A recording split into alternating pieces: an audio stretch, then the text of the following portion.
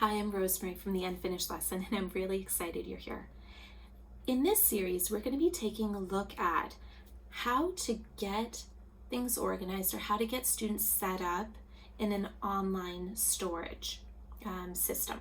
So for me, I use Google Drive, but this system will work whether you're using Google Drive, Dropbox, Tanara, really any system that allows you to set up having information or resources for students, and then that it can be shared with them.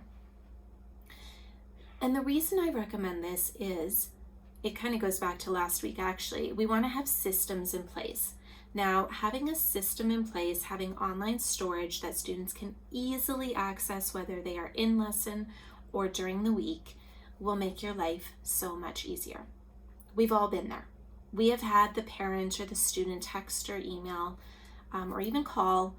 It's like 9 p.m. on Friday, and you're thinking, why? Why are you contacting me right now? Well, we're getting down to practice and we lost this, or we're not sure what to do about this. And you kind of feel like, oh, okay, I got to get that done so that my student can practice.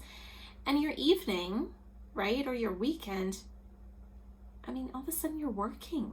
No, you shouldn't have to do that. So let's use online storage as a way to make sure the students have everything that they need. And we're going to talk about how to get them set up so that they're using that and parents know how to access it, all that fun stuff, so that you get your evenings and your weekends and your free time back. All right, the first thing we're going to focus on for our first part of this series is to figure out what your students actually need. Well, there's many things that our students may need during the week. They will probably need a practice page so that they know what they're practicing. They may need access to resources. Now, depending on the resource, please check with the publisher as to whether you can share it electronically or not. There are usage rights, and you can lose your license to use certain things if you're using them or if you're sharing them incorrectly. So just check in with publishers. They really are trying to work with us to make it easy.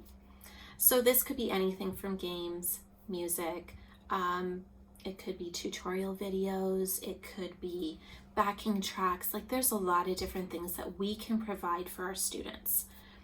It could be theory worksheets or other worksheets or PDFs that explain something for our student that they can use it as a cheat sheet to go back to.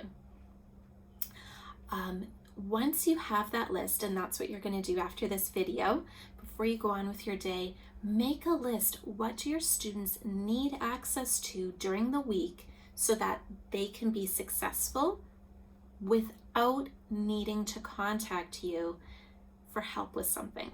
So think ahead to what kind of requests you typically get. Once you're done with that, then go ahead and have an amazing day, and I will see you here again tomorrow.